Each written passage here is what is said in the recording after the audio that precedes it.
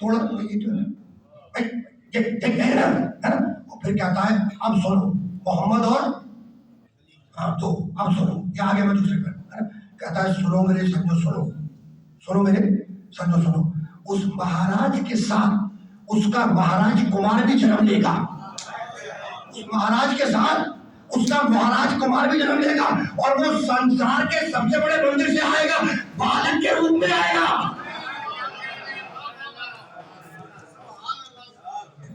اس مہاراج کے ساتھ اس کا مہاراج کمار بھی جنم لے گا، سنسار کے سب سے بڑے مندر سے آئے گا، سنسار کے سب سے بڑے عبادت خانے سے آئے گا، کعبے سے بڑا عبادت خانہ کوئی ہے؟ ٹوٹی ہوئی دیوار سے آئے گا، بالک کے یعنی بچے کے روپ میں آئے گا، اور پھر کہتا ہے سنو میرے سجدو، سنو میرے سجدو، سنو وہ مہاراج کمار، وہ مہاراج کمار سوریا کا پلٹانے والا ہوگا، وہ مہاراج کمار سوریا کا پلٹانے والا ہوگا۔ سوریا کہتے ہیں سورج کو، تو سورج کو سوریا کہتے ہیں، وہ مہاراج کمار سوریا کا پلٹانے والا ہوگا۔ کیا علی کے علاوہ کسی نے ڈوبتے ہوئے سورج کو دوبارہ ابھارا؟ یہ میرے گھر کی کتابیں نہیں ہے، دیکھنے والے ہندو ہیں، پنڈت ہیں، وہ کہہ رہے ہیں اپنی کتابوں میں، ٹھیک۔ اور پھر کہتا ہے سنو میرے سجدو، سنو میرے سجدو، سنو وہ مہاراج کمار صرف مار ہوگا، وہ مہاراج کمار صرف مار ہوگا، سانپ کو مارنے والا ہوگا، سانپ سے ڈرنے والا نہیں ہوگا۔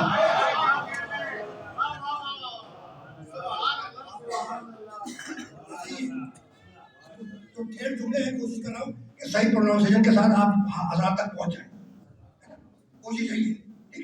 وہ مہاراج کمار صرف مار ہوگا، سانپ کو مارنے والا ہوگا، سانپ سے ڈرنے والا نہیں ہوگا۔ وہ مہاراج کمار سوریا کا پلٹانے والا ہوگا، یاد رکھو ہے، وہ مہاراج کمار صرف مار ہوگا اور وہ مہاراج کمار سوریا کا پلٹانے والا ہوگا۔ وہ مہاراج کمار ایشور کی شکتی ہوگا، پرمیشور کا مکڑا ہوگا، دھرتی کا پتا ہوگا۔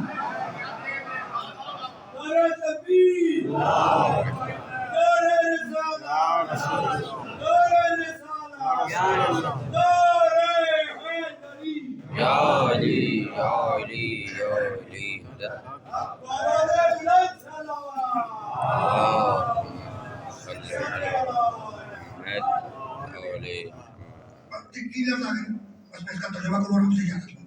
وہ مہاراج کمار ایشور کی شکتی ہوگا، ایشور کی شکتی ہوگا، پرمیشور کا مکھڑا ہوگا اور دھرتی کا ایشور کی شکتی ہوگا، ایشور کی شکتی یعنی اللہ کی طاقت ہوگا، اللہ کا ہاتھ ہوگا۔ کیا اب بھی ید اللہ سمجھ میں نہیں آتا؟ ایشور کی شکتی ہوگا۔ میں نہیں کہہ رہا اگر یہ جملے کسی کے برداشت میں ہو رہے ہوں تو ان سے جا کے لڑے، اب وہ گھر کا ہو یا گھر کے باہر کا، سب کے لیے مجھ سے تو دلیل مانگو گے تو میں 50 کتابیں اور کھول دوں گا، آیتیں بھی سناؤں گا، اور دوسرے مذاہب کے لوگوں نے کیا لکھا محمد اور آل محمد کے متعلق، علی کے متعلق، وہ بھی دکھا دوں گا۔ بات کو اختتام پذیر کرنا ہے۔ ایشور کی شکتی ہوگا، اللہ کی طاقت ہوگا، اللہ کا ہاتھ ہوگا، پرمیشور کا مکھڑا ہوگا۔ پرمیشور کا مکھڑا کہتے ہیں چہرے کو، پرمیشور کا ترجمہ بھی کر کے گزرا ہوں، وہ اللہ کا چہرہ ہوگا۔ کیا اب بھی آپ کو وجہ اللہ سمجھ نہیں آتا؟ خطبہ طویل ہے، میں روک رہا ہوں آخری جملہ۔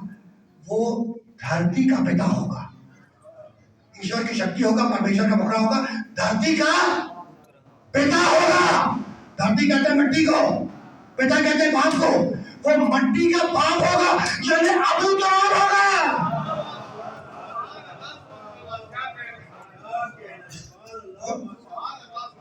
ابو تراب ہوگا۔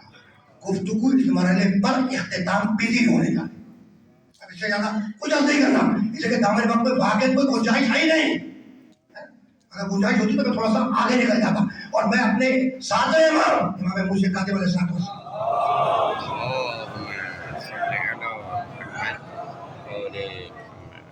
ان کے حوالے سے تو میں نے ابھی کوئی جملہ ہی نہیں کہا، مجھے 3-4 دقیقے تو چاہیے نا بھائی، بات ابو تراب تک آ گئی، اور ابو دراب کا بیٹا موسی کاظم. اسی کے بعد یعنی وقت میں گنجائش نہیں ہے ورنہ میں تھوڑا تو پھیلا دیتا. اب واقعہ میں گنجائش نہیں ہے. موسی کاظم 7 امام پہچانتے تو امام موسی کاظم تک بات آ گئی. یعنی پہچانتے تو انہیں کے سلسلے کی وجہ سے جانتے ہو یہ امام موسی کاظم علیہ السلام جنہیں ابھی میں مسائل تک نہیں آیا, جنہیں ہارون رشید نے زہر دلوایا, ٹھیک ہے نا, یہ علی کا بیٹا ہے, علی کا بیٹا ہے نا. اور دیکھو بھائی یہ امامت کا بچپنا بھی امامت ہی جیسا ہوتا ہے. امامت کا بچپنا بھی یعنی امام اگر بچہ ہے تو وہ عام بچوں کی طرح نہیں ہے, اس کا بچپنا امامت کا بچپنا بھی امامت کے ہی بچپنے جیسا ہے. یعنی اگر تم جیسا ہوتا تو بچپنا بھی تمہارے جیسا ہوتا, ٹھیک ہے نا. اور اب میں دلیل پیش کرا, حوالہ میرے پاس ہے, حوالہ میرے پاس ہے. ایک اپنے زمانے کے بہت بڑے امام وہ آئے جعفر صادق علیہ السلام کے پاس.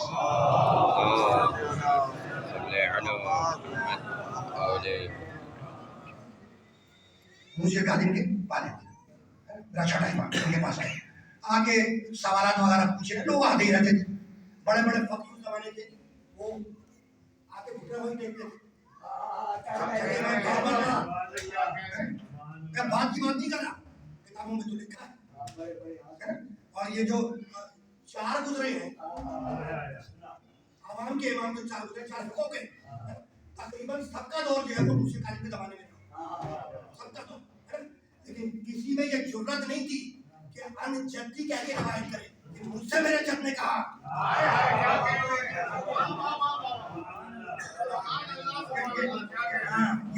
یہ موسی کاظم اور موسی کاظم کے باپ دادا کے علاوہ کوئی یہ کہہ نہیں سکتا ہے. اب آئے وہ اور آگے بات کی, سوالات کیے جعفر صادق علیہ السلام نے, اور پوچھنے لگے کہ ذرا امامت کی تعریف بیان کرے, امام کیسا ہوتا ہے. جعفر صادق علیہ السلام نے امامت کی تعریف بیان کی کہ ایسا ہوتا ہے, ایسا ہوتا ہے, ایسا ہوتا ہے. اور امام وہ ہوتا ہے کہ بچپنے میں بھی اس کی لو اللہ کی طرف لگی ہوتی ہے, کھیل کود تماشے کی طرف نہیں جاتا, راغب نہیں ہوتا. بچپنے میں بھی اس کی لو اللہ کی طرف رہتی ہے. جیسے ہی جعفر صادق نے جملہ ادا کیا زبان سے, اسی وقت موسی کاظم چھوٹے تھے, اسی وقت موسی کاظم علیہ السلام ایک بکری کے بچے کو لے آئے کھیلتے ہوئے. بکری کا بچہ بڑی بڑی کتابوں میں درج ہے روایت. اچھا جیسے ہی موسی کاظم کو دیکھا چھوٹا سا بچہ بکری کے ساتھ کھیلتا ہوا آ گیا, تو اب وہ سوال کرنے والا بڑا آدمی, اس نے زبان سے کچھ نہیں کہا, موسی کاظم کو دیکھا اور پھر جعفر صادق کے چہرے پہ دیکھا, زبان سے کچھ نہیں کہا.